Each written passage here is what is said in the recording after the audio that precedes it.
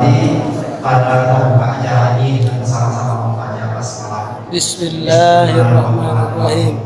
Selanjutnya kepada Ustaz Haji Bawan istilahnya silakan. Bismillahirrahmanirrahim.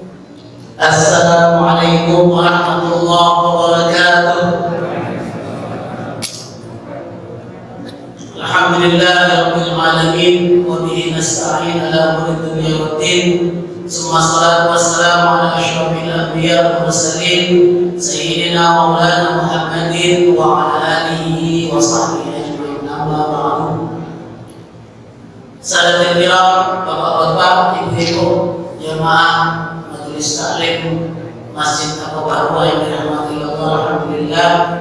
Puja-puji syukur kita panjatkan kehadirat Allah Subhanahu wa taala atas semua nikmat yang dilimpahkan dalam kehidupan kita.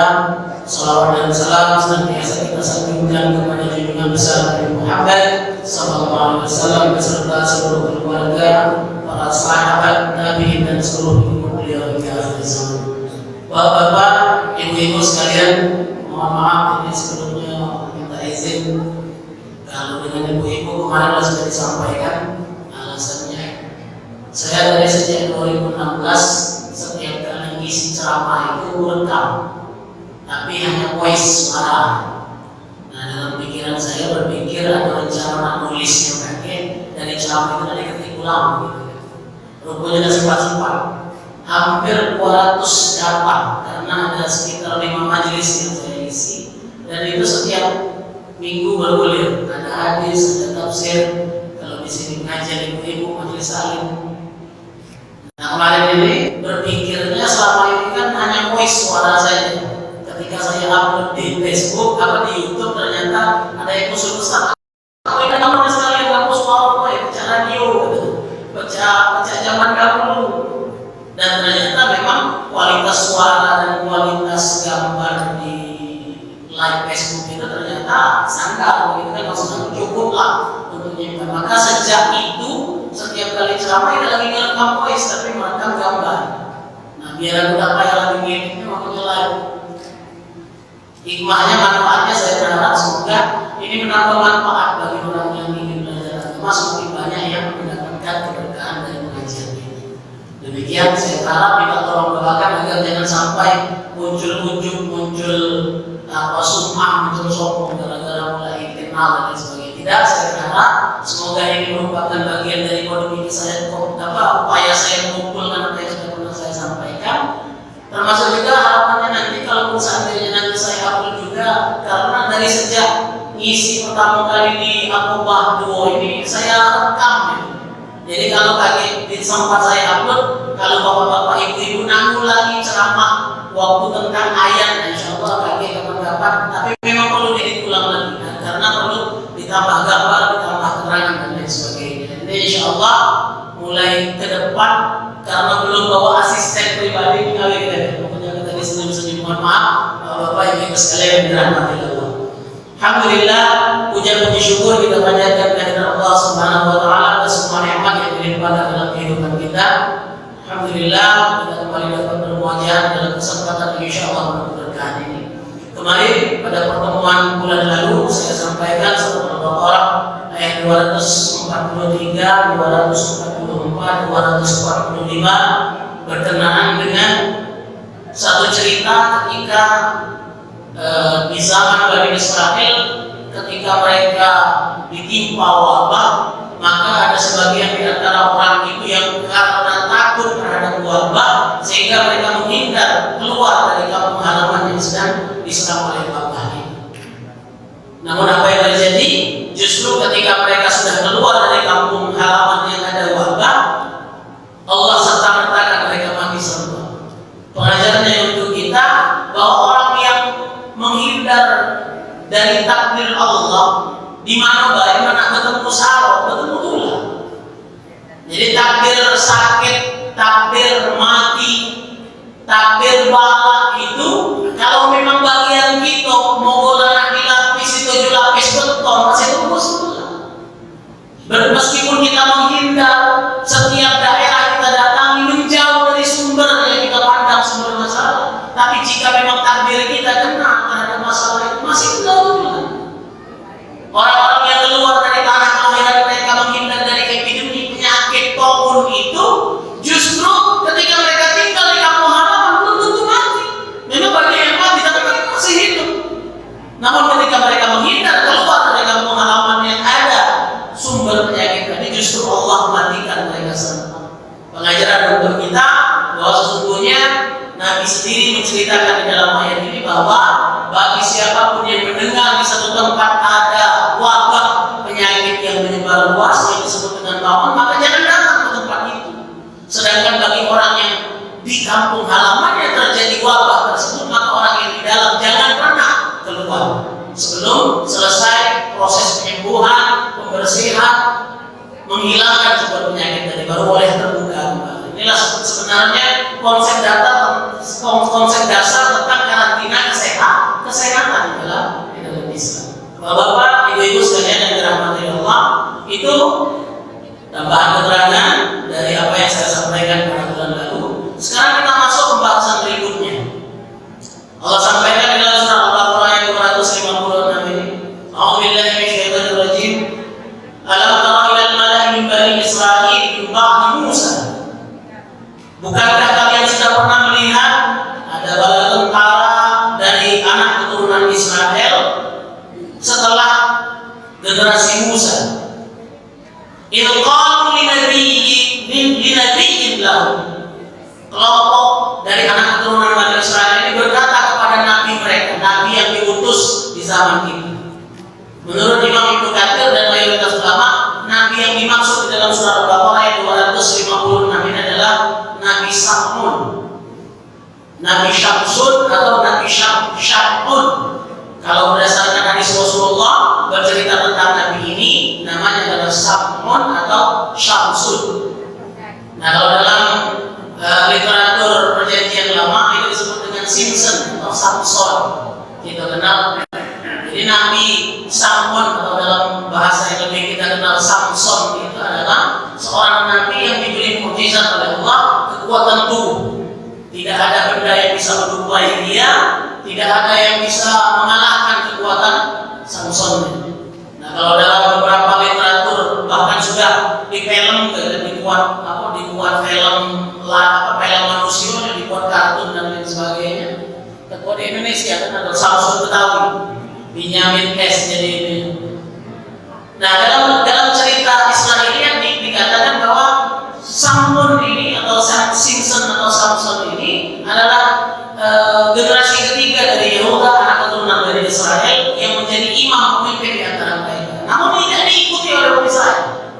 Padahal mereka sama satu nasab dari generasi Yehuda. Yehuda ini dari 12 anak Yakub yang menjadi pemimpin di antara Bani Israel. Bani Israel itu ada 12 garis keturunan. Nah, Yehuda yang paling kuat dan diangkat derajatnya menjadi pemimpin di antara 11 anak keturunan Israel yang lain.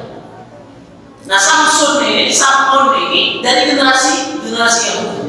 Tapi kata-kata dia justru dimusuhi oleh orang Israel. Mengapa? Karena kita tahu Israel dari dulu itu selalu dijajah oleh orang Romawi.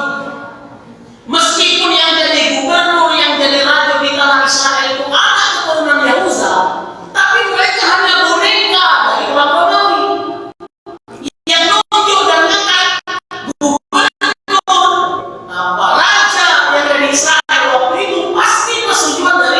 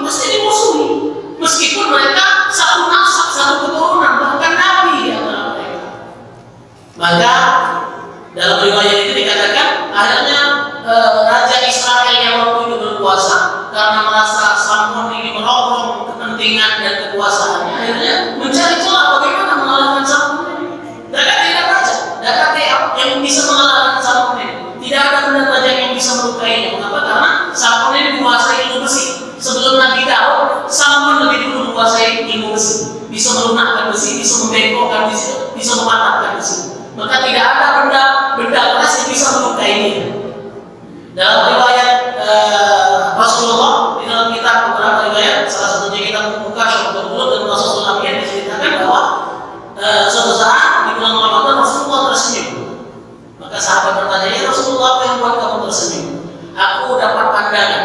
Ada yang mengatakan beliau mimpi atau ada beliau mendapatkan iktibar bahwasanya di akhirat nanti ketika manusia dibariskan, aku melihat seorang nabi yang sendirian membawa senjata.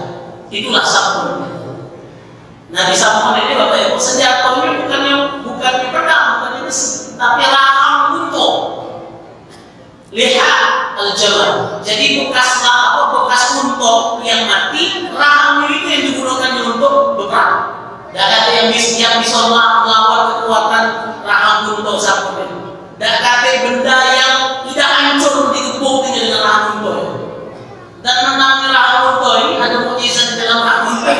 Kapan dia haus, keluar kayu, dia minum dari rahang untuk itu. Kapan dia lapar, rahang untuk itu pun lagi, dia makan dari rahang untuk itu.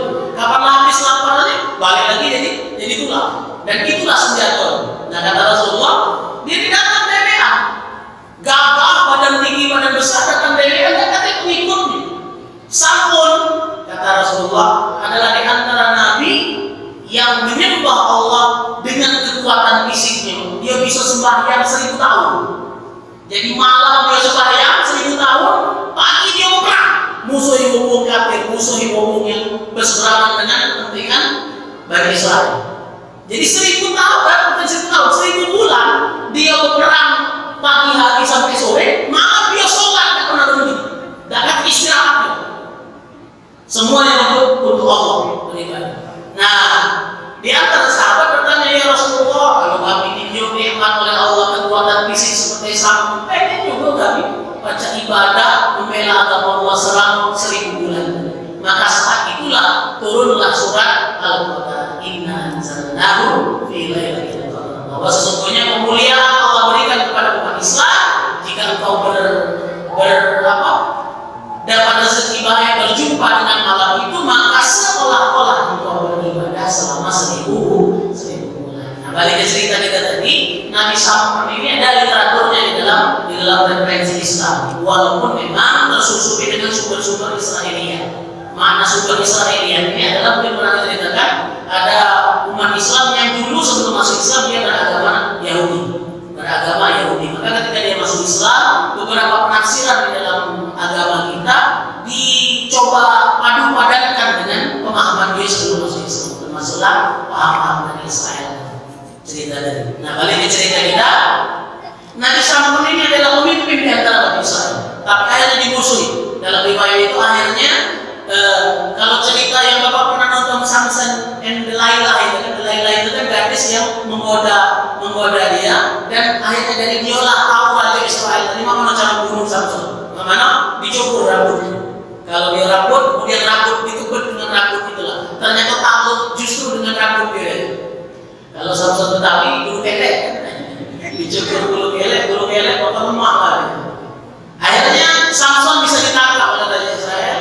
Tidak dibunuh tapi dijadikan budak, disuruh jadi gentikan kerbau, gentikan sapi untuk giling gandum, narik giling segala macam. Karena dicungkil matanya, dibuat buto sehingga dia tidak pacak menggunakan kekuatan. Nah, singkat cerita kita harus tahu di film itu bahwa akhirnya ketika masa panen ada pesta, Samson diajak keluar, minta cari ke di mana tempat aku bersandar. Maksudnya di mana tiang yang paling kuat aku bersandar. Rupanya dia nak balas dendam.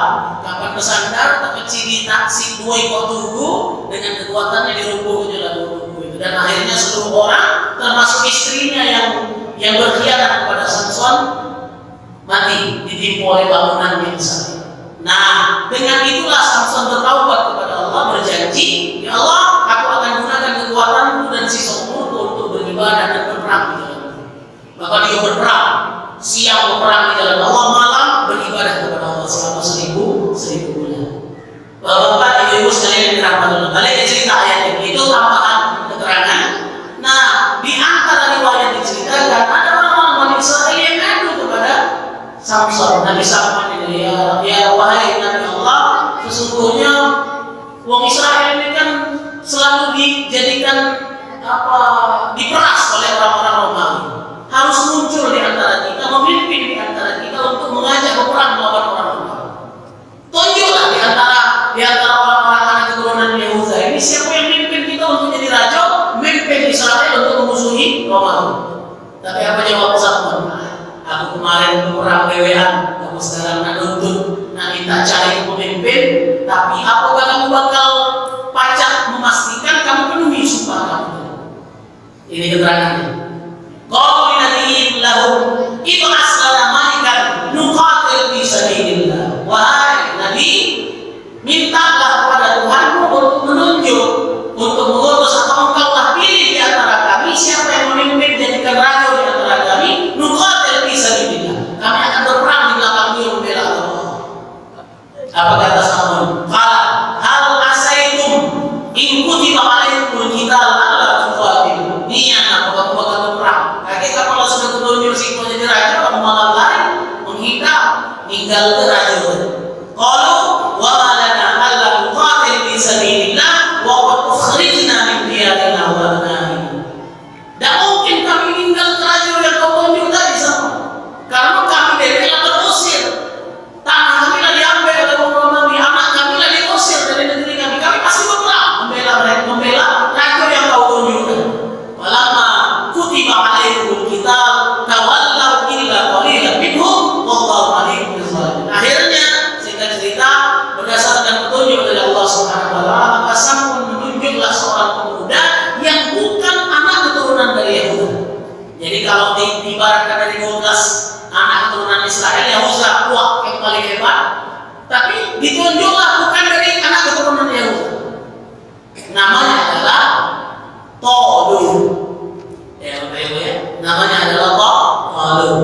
Nah, ketika Tolun ditunjuk, terjadilah kontradiksi, perdebatan di antara anak keturunan Yahuda. Kenapa penunjuk itu? Dia buntu, dia lemah, dia kuat percaya kau datang, kami siap bela. Dia lemah, kenapa kami nak bela?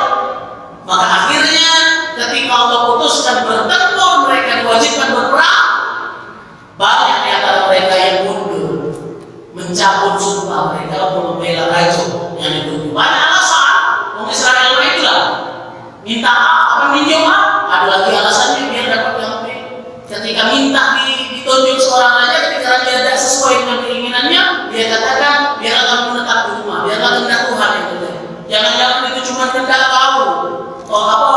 Samun, bukan putusan Tuhan. Karena dia sahabat kamu, kalau kau kenal dengan dia, maka kau tunjuk lagi.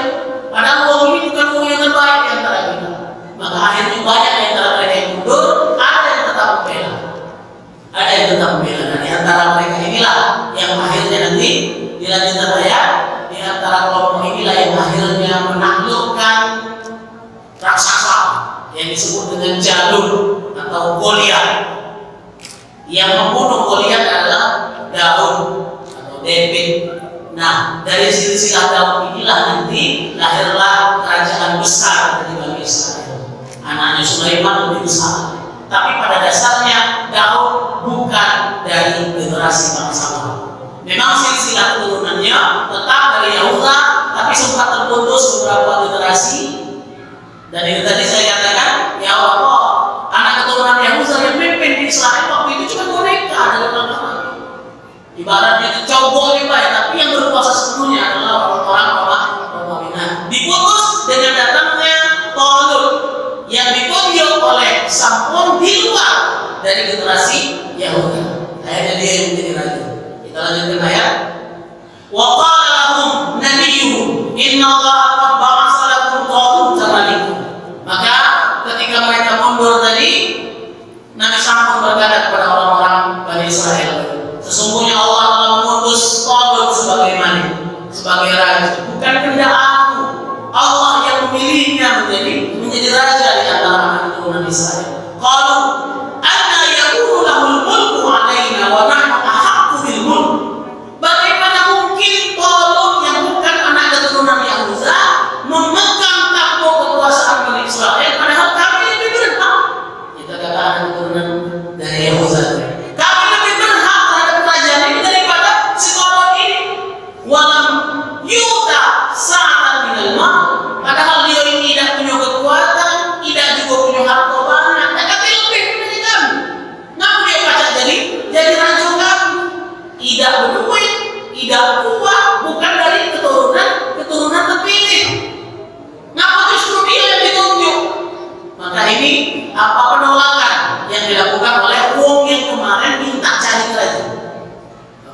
sekalian dirahmati Allah. Qala maka Sampun berkata kepada orang-orang yang beriman, Inna Allah astafahu alaikum wa zadahu wasfah fil ilmi wal jism. Bahwa sesungguhnya Allah lah yang menunjuk, Allah lah yang memilih Taulut untuk menjadi raja di antara kalian, dan setelah ditunjuk menjadi raja, Allah berikan kelebihan kepada dirinya sehingga badannya menjadi kuat, ilmunya lebih hebat dari kamu, punya kebijaksanaan. Jadi awalnya dia pemuda biasa, namun ketika sudah dibaiat menjadi raja oleh Sampun, maka ya mau jadi tadi uang yang dipromosikan, mau dakwah yang mempromosikan, mempersiapkan, diturunkan dari oleh Sampun kepada Taulut. Maka Taulut juga punya kemampuan untuk menggunakan besi, walaupun tidak sehebat Sampun, tidak sehebat Daud. Punya kelemahan juga Taulut tadi, karena dia tetap manusia biasa, bukan nabi. Allah tambahlah dia kebijaksanaan dalam ilmu dan kekuatan di dalam badan. Wallahu yu'ti mulkahu man yasha, wallahu wasi'un alim. Sesungguhnya dialah Allah yang memberikan kekuasaan kepada siapapun yang dia kehendaki, dan Allah Maha tahu atas segala sesuatu. Bapak-bapak, ibu-ibu sekalian yang dirahmati Allah, ini kajiannya bisa berlanjut berkenaan dengan peperangan berikutnya ketika Taulut berhadapan dengan Jalut. Peperangan antara David versus Goliat, antara wong biasa-biasa melawan raksasa. Goliat ini, Jalut ini adalah seorang raja yang zalim, namun dia memiliki kekuatan bala tentara, yang memiliki kemampuan dalam bidang berperang, bertempur, dan badannya yang besar, disebut raksasa. Jadi kalau ada pertarungan tidak seimbang, kita nyebutnya Goliat, David versus Goliat. Pertarungan yang tidak seimbang ini pasti antara David yang kecil badannya tapi berhasil mengalahkan raksasa Goliat, Jalut. Bapak Ibu, sebelum masuk ke situ, yang ingin kita ambil hikmah dari ayat 246 dan 247 ini, bahwa sesungguhnya ketika Allah berkehendak untuk mendudukan seseorang menjadi pemimpin di antara kita, kewajiban kita adalah taat kepada pemimpin tadi. Walaupun pemimpin tadi ada lemah, ada kurang, tapi tetap ada misi tanggung jawab kita memperbaiki, menasehati, memberi peringatan kepada pemimpin tadi ketika pemimpin salah. Namun ketika pemimpin benar, kita punya kewajiban untuk taat, ikut serta kepada apa yang diputuskan oleh pemimpin. Dan kata usaha sponsor, bukan gara-gara pemilihan rektor di sini. Sengaja bersampaikan berkenaan dengan hikmah ayat ini, bahwa saat ini kita sedang diuji oleh Allah, didudukkan pemimpin yang kita pahami bersama, bagaimana cara kita bersikap, bagaimana cara kita ikut serta dalam pembangunan, ikutlah sesuai dengan batas kemampuan. Tapi kalau seandainya membahayakan diri kita punya kemampuan, kita punya pilihan untuk menghentikan, kita punya pilihan untuk menolak dari apa yang disampaikan oleh pemimpin saat ini yang tidak sesuai dengan keyakinan kita, yang tidak sesuai dengan keimanan kita. Boleh kita buat, tapi ingat, pemimpin ini terjadi karena kehendak Allah. Makanya sering aku sampaikan, Bapak Ibu, Nabi Muhammad SAW itu pernah bersabda, di antara ujian ketika umat manusia mulai meninggalkan agama, Allah putuslah di antara mereka pemimpin yang zalim. Maka kalau kita merasa sekarang atau dulu atau nanti kita berhadapan dikaruniai Allah pemimpin yang zalim, jangan dulu nyalahkan pemimpin itu. Coba koreksi. Jangan-jangan kita memang sudah meninggalkan agama Allah. Jangan-jangan kita memang sudah termasuk di dalam hadis itu, dipuji oleh Allah karena kamu sudah meninggalkan agama, meninggalkan agama.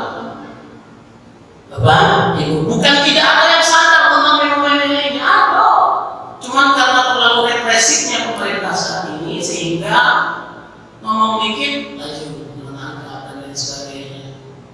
Ada yang berani kemarin, akhirnya batas ringkas, bukan cuma fisiknya, ekonominya dirusak dan lain sebagainya. Tinggal berpikir lagi. Aku mohon maaf Bapak Ibu, di antara hikmah live ini akhirnya mulai hati-hati. Kalau dulu kan pasti kita siaran, dan sekarang hati-hati live bakal jadi delik aduan, alasan pengaduan. Tolong diingatkan seandainya dalam penyampaian saya berlebihan. Tapi ini pengajaran untuk kita kita semua, mari kita berpikir bagaimana ke depan Indonesia agar selamat. Kita berharap agar Allah segera menurunkan bala bantuannya, penyakit ini segera diangkat oleh Allah, ekonomi kita mulai bergulir, ke depan kita diberi nikmat pemimpin yang adil. Amin. Amin Allahumma amin. Kita berharap ya Allah, Ramadan dalam lagi ya Allah, kalau baca bulan puasa jangan baca tahun kemarin. Allah sudah nikmat kita berjalan di bulan Ramadan seperti tahun kemarin. Moga balik seperti 2 tahun yang lalu. Bapak Ibu, aku mungkin pernah dulu 2 atau 3 tahun yang lalu kadang-kadang terpetik di hati aku nih, kalau baca nak istirahat bulan puasa aku kadang-kadang tidak sempat lagi memukul di rumah gara-gara orderan.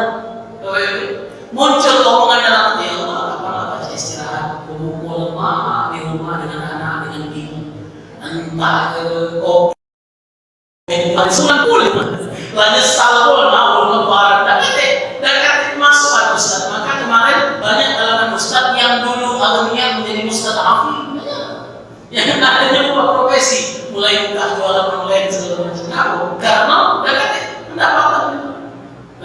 Maka hati-hati dalam berkeinginan. Aku sering ngomong dengan anak-anak selalu belajar online ini. Kamu dulu kapan lagi belajar lagi sekolah? Yang ngomong Ustaz kapan libur? Ustaz kapan libur? Alamatnya kapan libur? Sekarang minta kepada setahun baru libur di rumah. Nah malam-malam ke rumah kamu belum. Ustaz kapan masuk sekolah? Ya kan? Itu. Maka apa yang sedang kita rasakan saat ini, kita introspeksi diri, apa kesalahan saya secara pribadi, apa kesalahan komunal umat Islam. Mari kita perbaiki, kita mulai dari diri kita. Bapak, ibu-ibu sekalian yang dirahmati, yakin Allah Maha Kaya, Allah Maha Adil. Ketika kita sudah sadar, kita memperbaiki diri kita, semoga Allah memberikan telapak tangan untuk mengubah yang soleh ini menjadi adil. Dengan cara tunjuk hidayah, apa digantinya dengan orang yang lebih adil. Bapak Ibu ya, demikian yang dapat kami sampaikan. Karena kalau masuk cerita tentang perang, saya pikir akan lebih banyak karena di situ diriwayatkan ketika bagaimana proses Daud akhirnya menjadi raja, bagaimana akhirnya Daud dibaptis, dilantik menjadi panglima mengalahkan si Goliat tadi. Akan lebih menarik lagi, insya Allah saya sampaikan pada pertemuan berikutnya. Sebelum kami tutup, jika ada pertanyaan dipersilakan. Assalamualaikum warahmatullahi wabarakatuh. Waalaikumsalam. Berkaitan dengan masalah Samson di dalam kitab Ustaz Qurayan yang katakan Ustaz bahwa dia termasuk Nabi. Nah yang mau saya tanyakan, dalam Quran itu ada 114 surat. Kok yang surat Nabi cuma ada 6? Surat Yusuf, surat Ibrahim, surat Yunus, surat Muhammad, surat Nuh. Nah, udah 25 posisi Ustaz kepada suratnya. Kan banyak surat yang Pak, 114 surat. Itu pertanyaan yang pertama. Pertanyaan yang kedua, Ustaz. Di dalam Al-Quran ada 2 surat. Nah, nama lain tak itu sama. Surat Al-Muzammil dengan surat Al-Mudassir. Orang-orang itu seribu. Nah, isinya mungkin berbeda. Itu yang kedua pertanyaan. Yang ketiga, Ustaz. Di dalam Al-Quran ada nama surat Al-Insan. Tapi ada nama lain surat Al-Dahar. Ada surat lain satu lagi yang pertama surat Muhammad, tapi dia itu bukan surat Muhammad, surat Bani Israil, disebut surat Al-Sirah. Terima kasih. Wassalamualaikum warahmatullahi wabarakatuh. Waalaikumsalam warahmatullahi wabarakatuh. Yang bertanya singkong, tapi sekedar bercanda bertanya.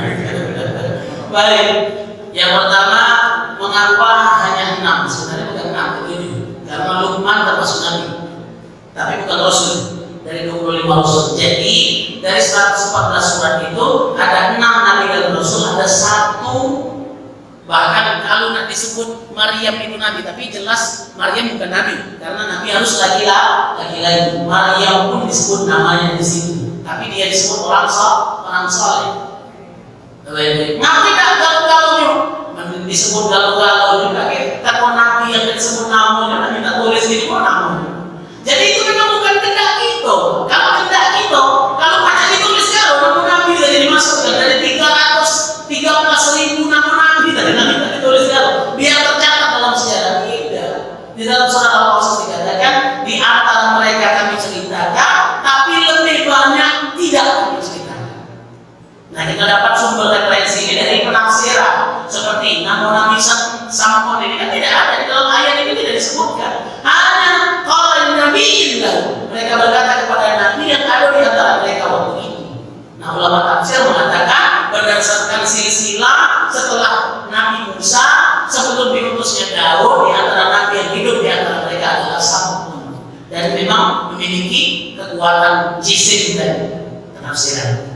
Jadi itu memang teks garantinya dari Allah, referensinya, sumber penyusunan penyebutan nama semuanya dari Allah, termasuk penamaan. Pertanyaan berikutnya, berkenaan dengan penamaan itu bukan sahabat yang menyebutnya, Allah, kadang-kadang Rasulullah yang memanggilnya. Contoh Al-Fatihah itu berapa nama kita tahu tentang Al-Fatihah?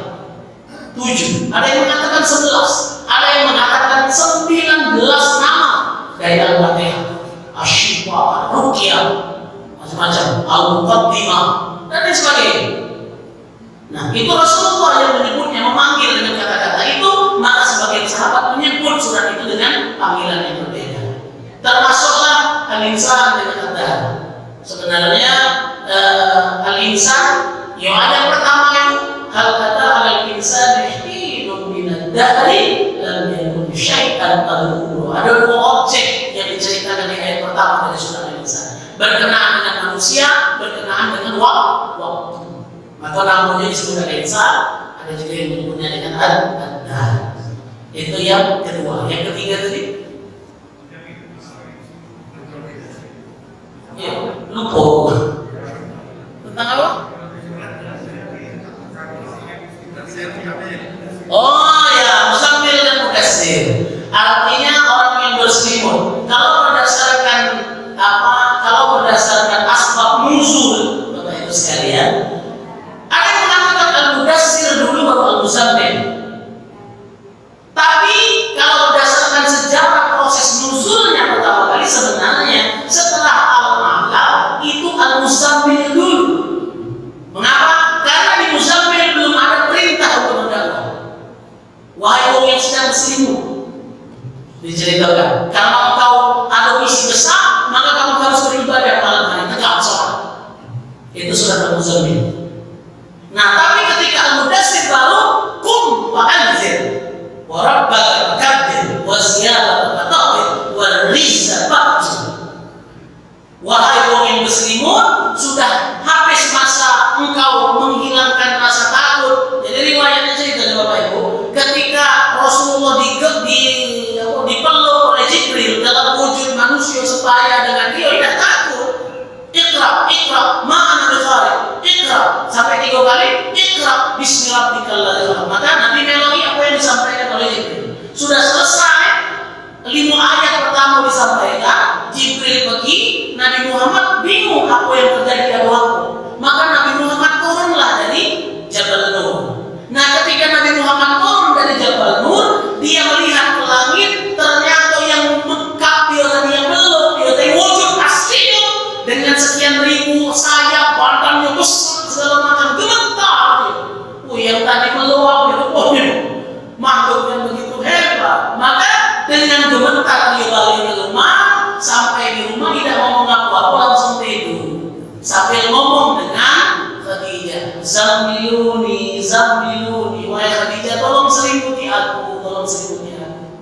Nah, waktu nyelimuti itulah datang lagi wahyu berikutnya, ya ayyuhal muzammil qumil laila illa qalila nisfah aw qus minhu dan seterusnya. Bapak-bapak, nah setelah itu muncul kekuatan di dalam diri Rasulullah. Ada yang mengatakan setelah penyampaian surat Al-Muzammil langsung ditambah dengan Al-Mudassir. Tapi ada yang menceritakan sebenarnya ada masa fatrah, masa kekosongan wahyu.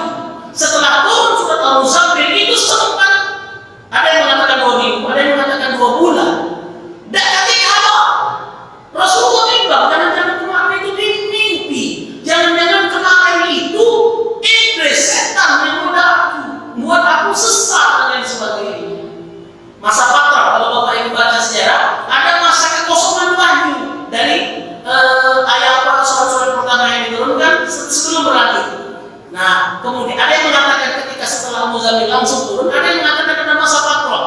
masa kekosongan, baru disambung surat Al-Mudaththir. Wahai wong yang sedang berselimut, bangun, buka selimut kamu. Sekarang masanya menyebarkan syiar, menyebarkan risalah yang sudah dititipkan ke kamu. Artinya sama, tapi ada kandungan makna.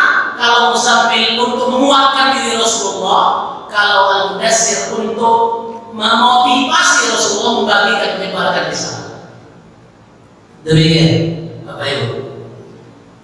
Ada pertanyaan? Assalamualaikum warahmatullahi wabarakatuh. Waalaikumsalam. Ustaz, aku nanya di surah Al-Baqarah itu kan ya, yang katanya kita berarti agak baru di akhir kita juga muslimin, tapi nada jahanam khalidina fiha, ulang tahun sarul bariyah. Innal ladzina amanu wa amilus sholihati Ulaika khairul bariyah. Jazaohum inda rabbihim jannatun adnin tajri min tahtiha al-anhar khalidina fiha abadan. Nah itu abadan. Sedangkan di waktu di sarul bariyah tadi ada abadan khalidina fiha. Jangan bertanya. Baik, ini penafsiran lagi khalada yakhladu dengan abadan. Makna khalada atau abadi, baqa, tidak berkesudahan, tidak ada akhir. Maka orang-orang yang dimaksud di dalam ayat itu orang-orang ahli kitab yang tidak beriman kepada Nabi Muhammad setelah diutus Nabi Muhammad sebagai nabi. Kalau ahli kitab sebelum diutusnya Rasulullah, ahli kitab yang masuk surga.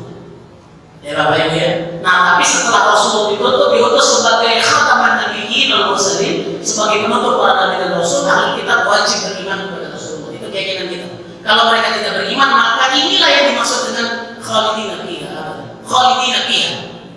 Apa mereka kekal selama-lamanya di dalam neraka? Berbeda dengan orang-orang di surga.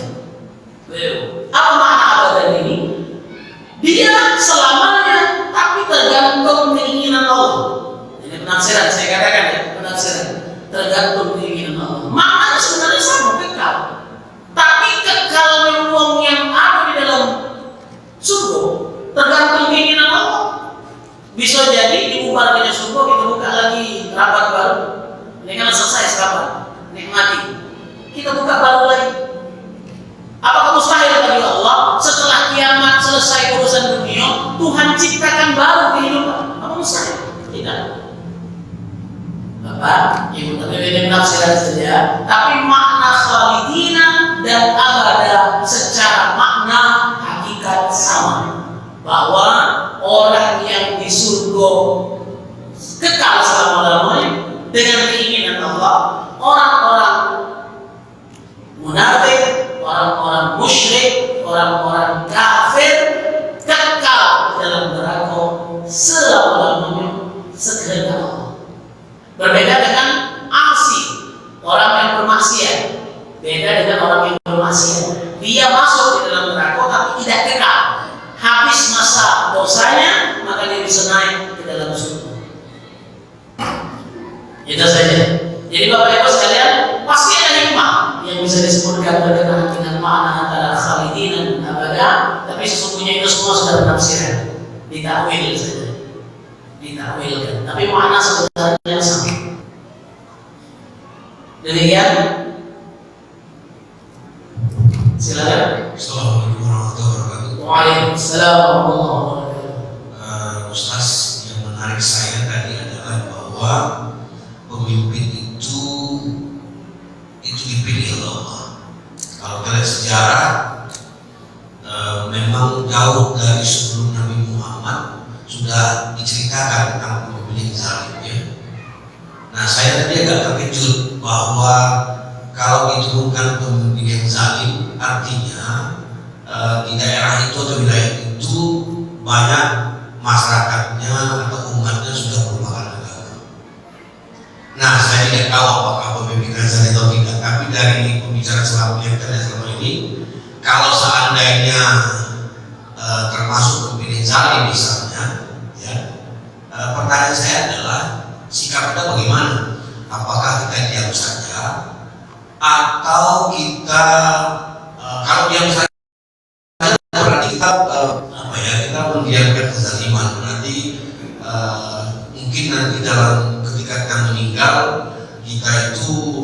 dianggap umat yang membiarkan kezaliman. Tapi kalau kita misalnya ingin merubah kezaliman itu, tentu ada risiko kan, risiko yang harus kita. Kira-kira sikap kita bagaimana dalam kondisi sekarang? Terima kasih warahmatullahi. Ini pertanyaan yang paling penting berkenaan dengan cerita kita malam ini. Saya katakan bahwa kita harus mengambil sikap berkenaan dengan kondisi kita saat ini. Apa sikap kita pertama? Kita mulai mengasah diri kita. Ya Allah, jangan-jangan memang kami selama ini ingkar, selama ini kami jauh dari ajaran, sehingga Kau uji kami dengan pemimpin yang seperti ini. Itu yang pertama. Kita perbaiki diri, kita perbaiki sikap kita. Selanjutnya, bagaimana cara kita bergerak sesuai dengan kapasitas masing-masing. Betul kata Pak Markoni tadi, kalau kita diam, Bapak Ibu, ketika ada kezaliman kita diam, kita merasa kita nyari aman dengan diam, kita bakal menuntut kelak di akhirat, justru kita akan kecewa jauh. Di dalam surat Al-Anfal dikatakan, Bapak Ibu, di akhirat kaget, wong yang dizolim itu nuntut Tuhan. Ya Allah, kami selama di dunia lagi zolimi oleh siapa? Sekarang kami nak nuntut agar kami dapat enak wong yang zolim ini dimasukkan ke dalam asap. Apa kata Allah? Apa kata Allah untuk wong yang dizolimi nuntut hari itu? Alam takun ardullah wasi'ah. Ngaku kamu diam? Ngaku kau berdiam terhadap kezaliman itu padahal bumi Allah luas. Kalau kita baca tafsir isi Al-Quran saya tutup mengatakan ketika kita berdiam terhadap kezaliman dengan mengatakan, "Hai, kalau aku keluar dari negeri ini mati juga, akan bakal hidup dah nahan ke baik." Kan tak lama juga, cuma 2 tahun, cuma 4 tahun, dah lama lagi mati Bapak ini. Nahan ke baik. Apa kata Allah? Alam takbarullah wasi'ah. Bukankah engkau tahu ketika engkau melakukan perlawanan engkau dimusuhi, kamu pindah cari bumi lain. Bumi Allah luas.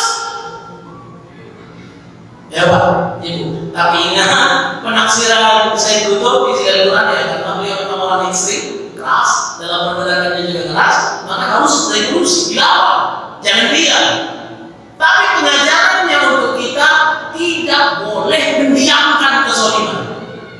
Maka aminkum mungkar, hadisnya jelas. Siapapun yang melihat mungkar, falyughayyir biyadihi. Fa illam yastati bi lisanihi, fa illam yastati bi qalbihi wa dzalika ta'awun. Minimal kita melakukan 3 perkara. Pertama dengan kekuatan. Apa? Bagaimana caranya ubah? Ya kita himpun gerakan kita, himpun kekuatan kita. Kita betul siapkan pemimpin yang dalam hitungan kita hadir. Tapi kalau tidak mungkin, minimal dengan kapasitas kita. Ilmuwan kasih nasihat, ustaz kasih nasihat. Tapi kalau tidak baca juga, minimal dengan doa dengan hati dari Allah. Tapi itu semangatnya. Bapak Ibu ya, mohon maaf, insya Allah. Tapi kita wajib melawan kezaliman, tidak boleh mendiamkan. Demikian kita akan sampaikan. Mohon maaf. Mari sama-sama kita tutup dengan doa. Kita mulai dengan istighfar kita. Astagfirullahaladzim, astagfirullahaladzim, astagfirullahaladzim. Bismillahirrahmanirrahim. Alhamdulillahirabbil alamin. Wassalatu wassalamu ala asyrafil anbiya'i wal mursalin sayyidina Maulana Muhammadin wa ala sahbihi. Allahumma arzuqna ilman nafi'an. Allahumma arzuqna kamalan mutaba'ati bi sunnati nabiyyina Muhammadin sallallahu alaihi wasallam. Allahumma barik lana fi rajab sya'ban wa ballighna Ramadan wa ballighna Allahumma inna nastaghfiruka wa nastaghfiruka dinana wa abdana wa amwalana wa auladana bi sihhatin wa afiyatin fid din wa dunya wal akhirah. ورفعنا البلاء والولاء والضراء والبحر والمنكر والربا والزنا والزلازل وشرب المخالفه والشدائد والمحن وسوء الفتن وظهر منها وما بدر ولا من اندونيسيا خاصه وعن سائر البلدان المسلمين عامه ولا حول ولا قوه الا بالله العلي العظيم. صلى الله على سيدنا محمد النبي الامي صلى الله عليه وسلم الذي نعمه بها سبحانه وتحيته بها سلام واخر دعوانا الحمد لله. Taqabbalallahu minkum wa akhirat. Assalamualaikum warahmatullahi wabarakatuh.